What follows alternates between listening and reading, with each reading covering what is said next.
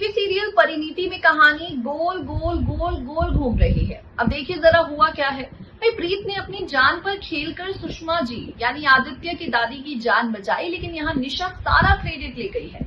निशा ने दादी की जान को बचाने का पूरा क्रेडिट ले लिया है और ये सब कुछ हुआ है नीति और गुरिंदर की वजह से।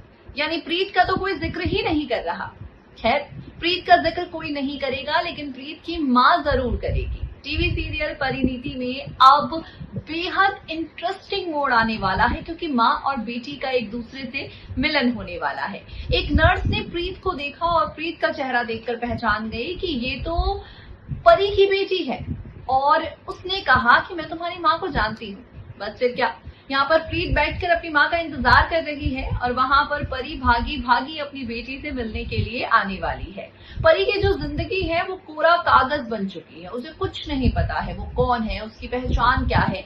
कई तरह के सवाल यहाँ परी के मन में आ रहे हैं और उन सवालों का जवाब अब उसे मिलेगा, क्योंकि अब जब प्रीत और परी यानी माँ और बेटी का सामना होगा, तब यहाँ आहिस्ता आहिस्ता परी को उसका बीता हुआ कल याद आएगा। नीति का हर एक धोखा याद आएगा, नीति का हर एक जुर्म याद आएगा, बीच में नीति ने जो हर एक खंजर भोंका है वो खंजर याद आएगा।